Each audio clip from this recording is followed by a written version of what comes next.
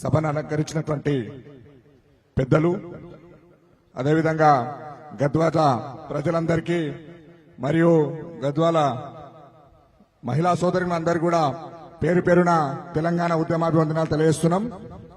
ఈ రోజు తెలంగాణ రాష్ట్రం సాధించుకున్న తర్వాత, తెలంగాణ ఏర్పడిన తర్వాత రైతు పరిస్థితి ఏ విధంగా ఉన్నదని ఒకసారి ఆలోచన చేయాలి.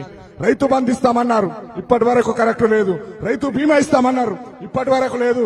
రైతు పరిస్థితి అయోమయ పరిస్థితులకు ఉన్నది. రైతులకు బోనస్ అన్నారు, ఇప్పటి వరకు రైతు బోనస్ లేదు. అదే విధంగా చెప్పుకుంటూ పోతే తెలంగాణ సాధించుకున్న తెలంగాణలో రైతులకు ఏనాడు కూడా న్యాయం జరగలేదనే మాట వాస్తవం. ఉమ్మడి మహబూబ్ నగర్ జిల్లాలో ఎత్తిపోతల పథకాలు ప్రారంభించినప్పటి నుంచి ఇప్పటి వరకు కూడా ఏ ప్రాజెక్టు కూడా పూర్తి కాలేదు. పూర్తయిన ప్రాజెక్టులకు మంచినీళ్లు లేవు. ఆ మంచినీళ్లు ఉంటేనే ఈ రోజు వలసవాదుల జిల్లాగా ఉన్న ఆనాటి పాలమూరు జిల్లా ఇప్పటి వరకు కూడా వలసవాదుల జిల్లాగానే మాత్రమే ఉన్నది. రైతు అభివృద్ధి చెందాలంటే ఈ రోజు కావాల్సింది నీళ్లు. ఆ నీళ్లు కావాలి. ఆ నీళ్లు లేకనే రైతులు ఈ రోజు మన అన్నదాత కరెక్ట్ ఉండాలంటే ఈ రోజు దేశం బాగుపడుతుంది. అన్నదాత ఒక్కడే కన్నీళ్లు పెట్టే పరిస్థితిలో ఉన్నది. ఈ రోజు గతంలో బీఆర్ఎస్ పార్టీ అధికారంలో ఉండి కూడా ఈ రోజు తెలంగాణ ప్రజలకు, ఉమ్మడి మహబూబ్ నగర్ జిల్లా ప్రజలకు ఎలాంటి లాభం చేయలేదు. ఆ లాభం చేయాలంటే ఈ రోజు కావాల్సింది ఒకటే, ఉన్న ప్రాజెక్టు పూర్తి చేయాలి.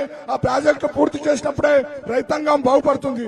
రైతాంగానికి ఈ రోజు మనం చిన్న విషయం ఏంటంటే, రైతాంగాన్ని గురించి మాట్లాడుకుంటూ పోతే కొన్ని సంవత్సరాలు బట్టినా కూడా మాట్లాడగలుగుతాం. ఎందుకంటే రైతులు ఆర్థికంగా స్థితిగతులుగా ఈ రోజు పండించే పంట తీసుకుంటే ఈ రోజు రైతు బాగుపడతాడు. పెద్ద హైదరాబాద్ లో ఉన్న బిల్డింగ్ లో ఉన్న ఓనర్ కూడా తిని పండుకోవాలంటే ఈ రోజు రైతు శ్రమతోర్చి పంట పండిస్తే మాత్రమే 5 ఏళ్లు లోపడిపోతాయి. ఎంత పెద్దవారైనా సరే రైతు కష్టం మీద బతికేవారు. రైతు అనే వ్యక్తి లేకపోతే మాత్రం సమాజం లేదు. సమాజం మనుగడ కోసం అయితే రైతు కష్టపడాలి. భారతదేశంలో రైతు ఎంత ఇంపార్టెంటో ఆర్మీ జవాన్లు కూడా అంతే అవసరం. ఈ రోజు రైతాంగాన్ని మనం ప్రోత్సహించవలసిన అవసరం చాలా మాత్రం ఉంది. ఈ రోజు మన ప్రియతమ నాయకురాలు కల్వకుంట్ల కవితక్క గారు రైతుల గురించి, అదేవిధంగా మహిళల గురించి, వివిధ కుల సంఘాల గురించి ప్రతి అంశం మీద పూర్తి అవగాహనతో ఈరోజు తెలంగాణ వ్యాప్తంగా ఆమె పర్యటన చూస్తే మరో ప్రపంచం సృష్టించబోతుంది. రాజకీయ యంత్రాంగంలోనే కాక ఈ రోజు రైతాంగాన్ని ఏ విధంగా కష్టపడుతున్నారో, రైతుల కష్ట సుఖాలు ఏమున్నాయి, రైతులు ఏ విధంగా ఉన్నారు అనే విధంగా ఈ రోజు ఆమెకు అన్ని విషయాలు తెలియజేస్తున్నారు. ఇదే విధంగా తీసుకుంటే మన మహబూబ్ నగర్ జిల్లాలో రైతుల గురించి చాలా వెనుకబడిపోయారు. వారికి గత ప్రభుత్వంలో ఎక్స్గ్రేషియా ఇచ్చేవారు. ఒక రైతు చచ్చిపోతే 5 లక్షల రూపాయలు ఎక్స్గ్రేషియా. ఈ కాంగ్రెస్ గవర్నమెంట్ వచ్చిన తర్వాత ఆ ఎక్స్గ్రేషియా అనేది ఎలగొట్టిర్రు. అయితే ఒక సామాన్య రైతు చనిపోయినా కూడా ఆ రాడు 5 లక్షల రూపాయలు వస్తే ఈ రోజు వచ్చే పరిస్థితిలో మాత్రం లేదు.